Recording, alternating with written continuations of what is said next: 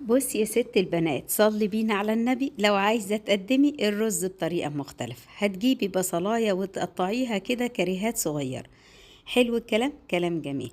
هتجيبي الحلة بتاعتك ولا طاسة غويطة كده تعرفي تشتغلي فيها، تحطي فيها 4 معالق زيت، هما بس كفاية 4 معالق زيت. وهتنزلي بالبصلاية.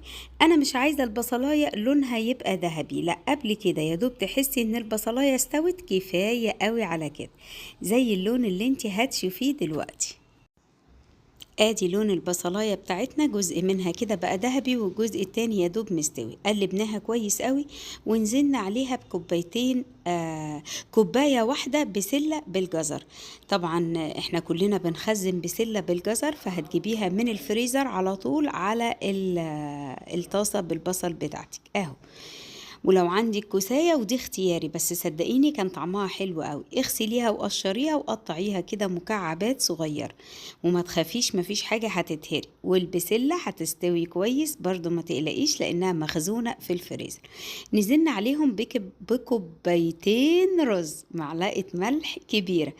اي بهارات انت بتحب تضيفيها للرز ضيفيها، بتحب الرز طعمه بيور وحلو كده خلاص كفاية قوي الملح. اهم حاجة لازم تضيفي مكعبين زبدة صغيرين عشان يدوني طعم حلو، لان احنا شغالين بالزيت. ما حطيتيش الزبدة من الاول ليه يا حنون؟ عشان ما تتحرقش ويبان طعمها في الرز كويس جدا. ادي مكعبين الزبدة بتوعنا.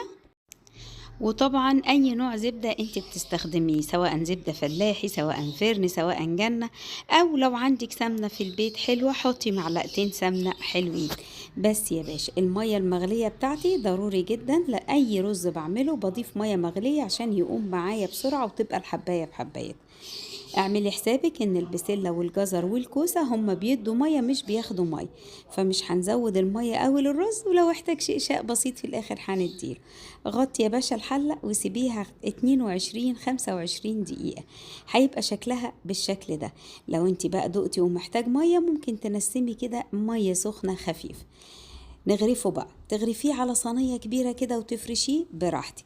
تعمليه في أي شكل، في قوالب، في حلة الكيك، في يعني كل واحد وذوقه. أنا هنا قدمته في حلة الكيك، وقدمت معاه شاورمة فراخ بسيطة كده، وهنزل لك طريقتها. الشكل بجد خرافة، وقدمت معاه بطاطس.